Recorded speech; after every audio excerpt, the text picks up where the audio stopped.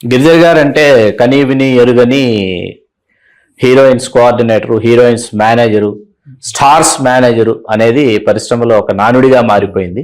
అసలు ఆ నిర్ణయం ఎందుకు తీసుకున్నారు, ఎప్పుడు తీసుకున్నారు, ఎలా జరిగింది అసలు? అది కూడా యాదృచ్ఛికమే. ఎలా అంటే నేను వర్మ కార్పొరేషన్ పిఆర్ఓ చేసేవాడిని, రామ్ గోపాల్ అప్పుడు వాళ్ళు గులాబీ సినిమా ప్రొడ్యూస్ చేస్తున్నారు. ఆ గులాబీ ముందు కూడా జేడి తోటి శివ సినిమా దగ్గర నుంచి పరిచయం అయిపోయాడు. ప్రభు, నేను, ఉత్తేజు వీళ్ళందరితో బాగా క్లోజ్. బాగా దాంతో గులాబీకి ఇంకొంచెం దగ్గర అయింది. ఎందుకంటే ఆ సినిమాకి పిఆర్ఓగా నేను కాబట్టి ఇంకా కొద్దిగా అసోసియేషన్ బాగైంది. ఆ చెర్రీ గారని ఇప్పుడు మైక్రోలో CEO, ఆయనకి దానికి అప్పుడు ఎగ్జిక్యూటివ్ ప్రొడ్యూసర్. అలాగా వర్మ కార్పొరేషన్ ఎంటర్ అయ్యేసరికి జేడీ తోటి క్లోజ్నెస్ ఇంకా పెరిగింది. గులాబీకి పిఆర్ఓ అవ్వడం, ఆ తర్వాత అతనితోటి జర్నీ అలాగా గులాబీ పెద్ద హిట్ అయిపోయింది. ఇంకా ఆ తర్వాత పెద్ద హిట్ అయిన తర్వాత ఎవరన్నా ఒక మేనేజర్ని చూసుకుంటారు, వాళ్ళ పర్సన్ అన్నా ఎవరొకరిని పెట్టుకుంటారు. అలాగా జేడీ ఫస్ట్ నాకు ఆర్టిస్ట్ మేనేజర్గా అవకాశం ఇచ్చారు. జేడి చక్రవర్తి గారు ఇచ్చారు మొదటి అవకాశం మీకు ఆర్టిస్ట్. అలాగా ఒక ఆర్టిస్ట్ మేనేజర్గా అప్పుడు అలాగా ప్రారంభమైంది కొత్త అవతారం. అది కూడా ఆ జేడీ తోటి వర్క్ చేయడం వల్ల ఎగిరే పవర్మలో లైలా అలా చాలా మంది యాడ్ అవుతా వచ్చారు. అలా హీరోయిన్స్ యాడ్ అవుతా వచ్చారు. అలాగా నేను చెన్నైలో ఉన్నప్పుడు రమ్యకృష్ణ గారు వీళ్ళందరికీ పిఆర్ఓగా చేశారు. పర్సనల్ పిఆర్ఓ అంటే కొత్త ఇనిషియల్ స్టేజ్లో అలా చేశారు. అలాగే ఇంకా అందరితో ఆర్టిస్టులతో బాగా రిలేషన్ అవ్వటం, అది అలా డెవలప్ అయ్యి ఎక్కువ మంది హీరోయిన్లే అంటే చాలా మందికి గిరిధర్ గారు అనగానే ప్రీవియస్ గిరిధర్ గారు చాలా సీనియర్ సూపర్ జర్నలిస్ట్ అన్న విషయం కంటే హీరోయిన్స్ మేనేజర్ అన్నది బాగా ఒక స్టేజ్ అయితే రక్షిత, నిఖిత, అనిత మొత్తం అందరి ఒక మినిమం పేరున్న హీరోయిన్ అంటే గిరిధర్ గారు మేనేజర్ అండి. అలాగా వచ్చింది. ఆ తర్వాత ఒక స్టేజ్లో ఇలియానా గిరి అయిపోయాను. అవును, ఇలియానా గిరి అనేవాళ్ళు. ఇంకా అలాగా ఇలియానాది ఏంటంటే ఇలియానాది కూడా ఈ చెప్పాలి భయ అసలు ఎలా ఇలియానా ప్రవేశం. అసలు అందరూ ఫస్ట్ సినిమా ఇలియానాది ఏదంటే ఏం చెప్తారు భయ?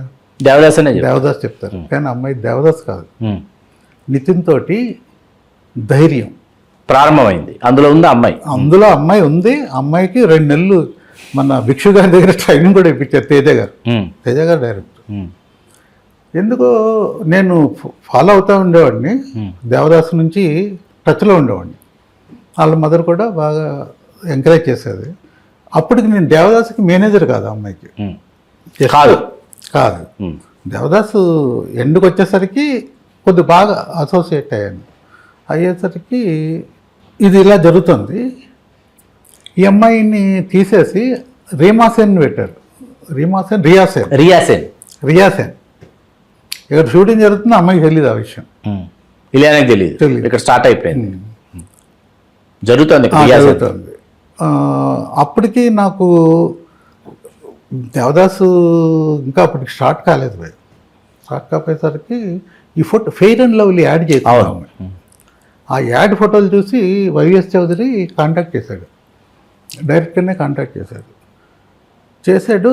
దాని ముందు జరిగింది ఇది ఏంటంటే ఇది తెలియదు వాళ్ళకి, ఇది జైల్లో పెట్టారు తీసేశారన్న విషయం తెలియదు. అప్పుడు నేను మామూలుగా క్యాజువల్గా వాళ్ళ మదర్కి ఫోన్ చేసి గోవా చేస్తే ఇది ఇలా జరిగిందమ్మా, ఇక్కడ మీకు తెలిసే విషయం అంటే తెలియదని షాక్ అయ్యి వెంటనే వాళ్ళకి ఫోన్ చేసి కన్ఫర్మ్ చేశారు.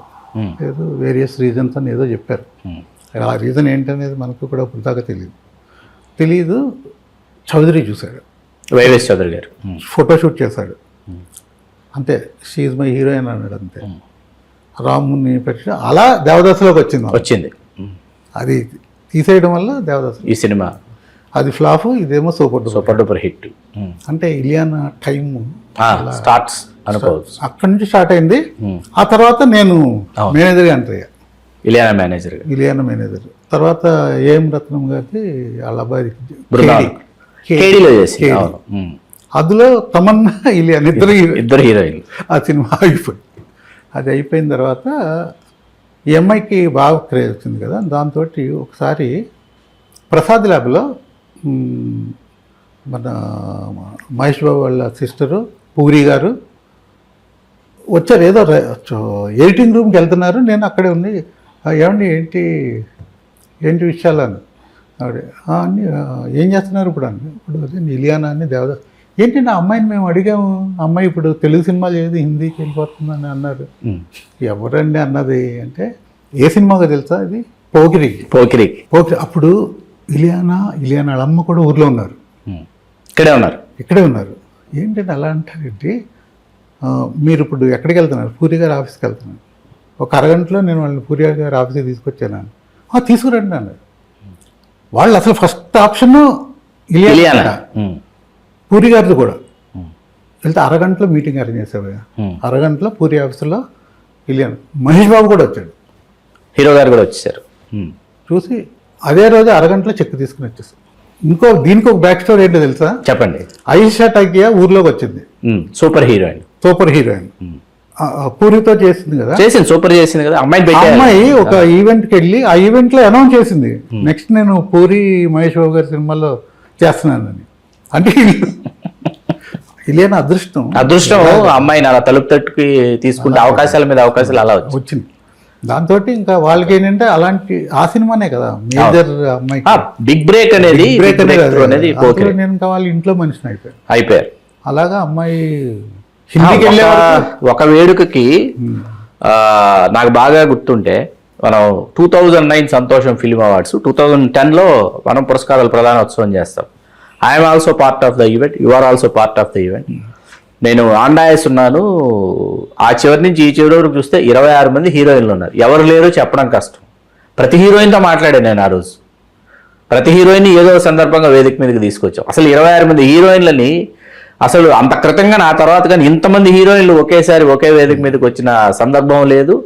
ఎలా సాధ్యమైంది గిరిధర్ గారు మీకు? ఇప్పుడు ఇలియానా అంటే నేను చెప్తే వచ్చే అమ్మాయి, చార్మి, అనుష్క, నయనతార రావడం అనేది ఎవరు లేరు చెప్పడం కష్టం. నయనతార, కాజల్ అసలు అదే అలాంటి తమన్నా. అసలు ఆ చివరి నుంచి ఈ చివరి వరకు 26 మంది హీరోయిన్లు కూర్చున్నారు. ఇప్పటికీ గుర్తుంది నాకు ఆ దృశ్యం. ఎదరాళ్ళకి ప్లేస్ లేకపోతే కూర్చున్నారు కూడా. అవును, అది ఎలా సాధ్యమైంది గిరిధర్ గారు? ఎలా కోఆర్డినేట్ చేశారు? మీకు గుర్తుందో లేదో భయ్య, మన వైజాగ్ లో. వైజాగ్ మీరు నేనే వైజాగ్ లో అక్కడ ఎంతమందిని, సమంత గారు, కృతిక అర్బంద, దీక్షా సేతు, పార్వతి తీసుకొచ్చాం 7 మంది.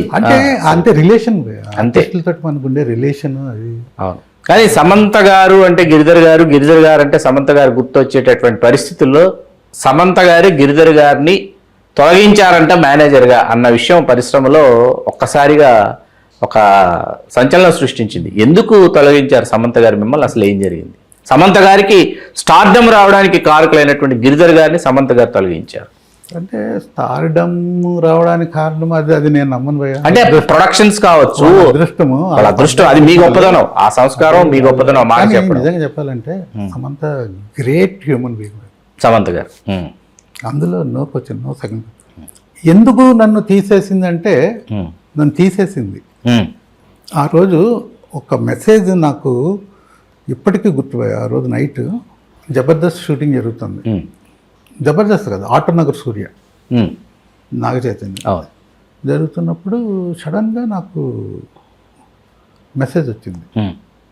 ఆ మెసేజ్ చూసి నాకు ఆల్రెడీ ఒకసారి చిన్న స్ట్రోక్ వచ్చింది ఆయన. అంటే బ్లాక్స్ ఏం లేవు, స్ట్రోక్ వచ్చింది. రెండో స్ట్రోక్ వస్తుందేమో అని భయపడి, ఆ మెసేజ్ చూసి రెండోసారి స్ట్రోక్ వస్తుందేమో భయమేస్తుంది. ఎందుకంటే నాకు చాలా ఇష్టం సమంత. అలాంటి అమ్మాయి, I'm looking after my date, my own Giridhar. ఏంటబ్బా ఏం జరిగింది, ఎంత సడన్గా అమ్మాయి ఎలాంటి డెసిషన్ తీసుకుంది? ఒక సందర్భంలో నేను వంశీ పడిపల్లి సాక్ష్యం దానికి, నేను ఇండస్ట్రీలో ఉన్నంత వరకు నువ్వే నా మేనేజర్ అని చెప్పాను. సమంత గారు చెప్పారు. అంటే నేను అంత సపోర్ట్, లిటరల్గా సపోర్ట్ అమ్మాయికి.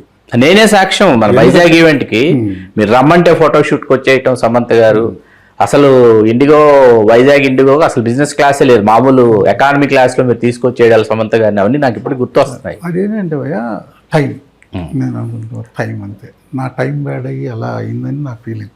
ఎందుకంటే అసలు నేను ఊహించలేదు అసలు అలాంటి డెసిషన్ అమ్మాయి తీసుకోదు. అది కొన్ని శక్తులు ఉంటాయి ఇక్కడ మీకు అన్ని చోట్ల ఉంటాయి భయ్యా. అదే దానికి సంబంధించిన చిన్న నేపథ్యంలో కూడా వెళ్ళాలి భయ్యా. తప్పకుండా. ఎలా అంటే జబర్దస్త్ సినిమా సిద్ధార్థ్ తోటి, అది నందిని అంటే అమ్మాయికి ఫ్రెండ్, క్లోజ్ ఫ్రెండ్, సైన్ చేసింది, కథ వింది, అడ్వాన్స్ తీసుకున్నాం. ఎందుకో అమ్మాయికి తర్వాత నెరేషన్ ఉన్న తర్వాత చిన్న డౌట్స్ వచ్చింది. అది నందిని రెడ్డికి చెప్పి నేను చేయలేనని చెప్పి, నాకు అసలు గుండె అయిపోయింది. ఇదేంటో బాబు, అసలు బెల్లంకొండ సురేష్ ప్రొడ్యూసర్, ఈ నందిని రెడ్డి డైరెక్టర్, ఇంత క్లోజ్, ఆలోచించమ్మా అది కరెక్ట్ కాదు అంటే నో నో నో నో అంది. వాళ్ళు రేపు డెఫినెట్గా బెల్లంకొండ సురేష్ ఊరుకోడు, చాంబర్కి వెళ్తాడు, అనవసరమైన ఇదవుతుంది, లొల్లి అవుతుందమ్మా అదేదని చెప్తే తను లేదు ఐ విల్ ఫైట్ అని చాంబర్కి రావాల్సి వచ్చింది భయ అమ్మ సమంత గారు. నాకు బాధేసింది. ఒక ఆర్టిస్ట్ అలా చాంబర్కి రావడం అనేది అసలు 90% ఎక్కడ సంజాయిషి ఇవ్వాలి కదా, సంజాయిషి ఇవ్వడానికి వచ్చి దోషిగా నించోవాలి కదా. చేస్తే ప్రొడ్యూసర్ కౌన్సిల్ సినిమా చేయాలని సమంత గారు చేయాలని నిర్ణయించారు. అక్కడ అమ్మాయి సినిమా చేయడం, అక్కడ నుంచి ఇంకా గిరిజర్ గారు, మీరు డేట్స్ చూసినటువంటి హీరోయిన్స్లో చాలా కంఫర్టబుల్ హీరోయిన్ ఆర్ హీరోయిన్స్ అనిపించిన వాళ్ళు ఎవరు, ఎందుకు? అంటే ఫస్ట్ నేను చూసిన హీరోయిన్స్లో అందరికీ, నిర్మాతలకి, దర్శకులకి, జర్నలిస్టులకి, మిత్రులకి అందరికీ కంఫర్టబుల్ ఓన్లీ వన్ సౌందర్య గారు. ఓన్లీ వన్ సౌందర్య కంఫర్టబుల్. ఆవిడ ఫస్ట్ సినిమాకి ఎలా ఉందో లాస్ట్ సినిమాకి కూడా అలాగే ఉన్నారు. అలాగే ఉంది, ఏమీ చేంజ్ లేదు, ఇంత కూడా చేంజ్ లేదు. అలాంటి వాళ్ళని రేరుగా చూస్తాం. అద్భుతం నిజంగా. నాకు వన్ అండ్ ఓన్లీ సార్ సౌందర్య గారు. ఎక్కడున్నారో కానీ సౌందర్య గారు ఏంటంటే లేరు అన్న రోజు మీరు ఎక్కడున్నారు? ఆ వార్త విన్నప్పుడు ఎక్కడున్నారు? యాక్చువల్గా మాది మ్యారేజ్ డే ఆ రోజు. ఆ రోజా? మ్యారేజ్ డే వైజాగ్లో ఉన్నా. మీ మ్యారేజ్ డే? ఇంకా అసలు మ్యారేజ్ డే ఏంటి, ఇంకా అమ్మాయి అలాగా చావు అనేది ఒక హార్ట్ అటాక్ వచ్చి చనిపోవడం, ఒక ఏదో కానీ కాలి చనిపోవడం ఏంటి సార్ అసలు? అక్కడ పేలిపోయి హెలికాప్టర్ అక్కడే కాలిపోయి మంటల్లో కాలిపోవడం ఏంటి? సౌందర్యగా ఈ మరణం అని నేను ఫస్ట్ టైం భగవంతుడిని ఐ హేట్ గాడ్ అండి. అంత మంచి మంచి మనసు, హ్యూమన్ బీయింగ్, మంచి very good human, great human being అసలు. ఎందుకంటే సౌందర్యతోటి ఆ అమ్మాయి, ఎందుకంటే అందరితో బాగుండేసరికి ఏంటంటే మనం 10 సార్లు వెళ్ళి కలుస్తాం, వెళ్ళి ఏదో ఒకటి ఒక ఇంటర్వ్యూ. వాళ్ళ ఫాదర్ కూడా ఎంత మంచి ఆయన, సత్యనారాయణ గారు కూడా ఆయన వచ్చేవాడు. అప్పుడు బ్రదర్ వచ్చేవాడు కదా, అమర్. ఆ బ్రదర్ కూడా తర్వాత బ్రదర్ వచ్చాడు. బ్రదర్ వచ్చినప్పుడు కూడా బ్రదర్తో కూడా చాలా బాగుండేవాళ్ళు. నాకు వాళ్ళిద్దరూ అలాగా అదొకటండి బాగా కదిలించేసింది, అది కలిసివేసిన సంఘటన బాగా. మీరు డేట్స్ చూసినటువంటి హీరోయిన్స్లో మళ్ళీ ఇంకా డేట్స్ చూడకూడదు, తప్పించుకుందాం బాబోయ్ అని మీకు అనిపించినటువంటి హీరోయిన్ ఎవరు, ఏ సందర్భం? అది కొద్దిగా కష్టమే చెప్పడం. అది కొద్దిగా ఇప్పటికీ వాళ్ళతో మీరు చాలా సత్సంబంధాలు నిలుపుతున్నారు కాబట్టి. నాకు ఒక హీరోయిన్ నేను ఒక ఆ ఫ్యామిలీలోకి ఎంటర్ అయ్యానంటే మేనేజర్గా. అవును, మిమ్మల్ని ఫ్యామిలీ మెంబర్గా. ఆ తర్వాత పెళ్ళిళ్ళు, పిల్లలు, ఈ రేంజ్ వరకు రక్షిత గారు, నిఖిత గారు, వీళ్ళందరూ. బెంగళూరు వెళ్తే రక్షిత వాళ్ళ ఇంట్లోనే ఉండేవాడు. ఇప్పటికీ ఫోన్ చేస్తుంది. అలా ఉంటుంది రిలేషన్ నాది. ఇప్పుడు లైలా కూడా అంతే, ఎగిరే పౌరం. అవును, అప్పటి నుంచి వాళ్ళ ఇంటికి వెళ్ళేవాడిని. బాంబే వెళ్తే వాళ్ళ ఇంటికి వెళ్ళేవాడిని, రెగ్యులర్గా వెళ్ళేవాడిని. అలాగే నిఖిత వెరీ స్వీట్. అలా అందరూ బాగుంటారు. నేను డేట్స్ చూసిన వాళ్ళు అడిగారు మీరు. అవును, కాబట్టి మీరు డేట్స్ చూసిన వాళ్ళు. అవును, నేను అదే రక్షిత వెరీ కంఫర్టబుల్. సౌందర్య తర్వాత రక్షిత అంటే మంచి ప్రొఫెషనల్ అండ్ నాకు కంఫర్టబుల్. గిరిజర్ గారు, మీరు హీరోయిన్స్ డేట్స్ చూస్తూ ఎదుర్కొన్నటువంటి ఇబ్బందులు ఏమైనా ఉన్నాయా? అంటే వెలుపల సమాజం నుంచి కావచ్చు, లేకపోతే ఇతరత్ర కొంతమంది వ్యక్తుల ద్వారా కావచ్చు, హీరోయిన్లకు సంబంధించి మీరు ఎదుర్కొన్నటువంటి అవతల వ్యక్తుల నుంచి చాలా ఉంటాయి ఉంటాయి. చాలా ఉంటాయి, అవి ఎదుర్కొన్నప్పుడు చాలా ఉంటాయి, కానీ అదే టాస్క్. అందుకే అడిగాను, అందుకే ప్రశ్న వేసి. ఆర్టిస్ట్ మేనేజర్ టాస్కే అది వాటిని అధిగమించటమే టాస్క్.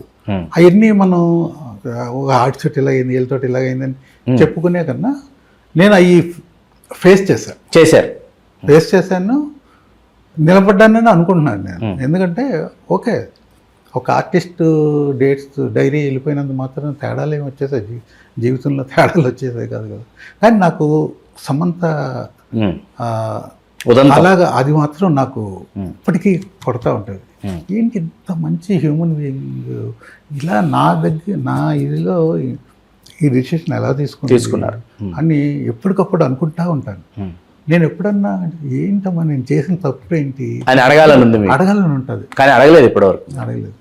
ఆ తర్వాత అసలు ఇంకా లేదు కరెక్ట్ కదా, అంతే. ఇంకా అక్కడి నుంచి ఇంకా అగాధం అలాగే ఉండిపోయింది. దానికి కారణాలు ఉన్నాయి, అవి కారణాలు ఇప్పుడు నేను చెప్పలేను.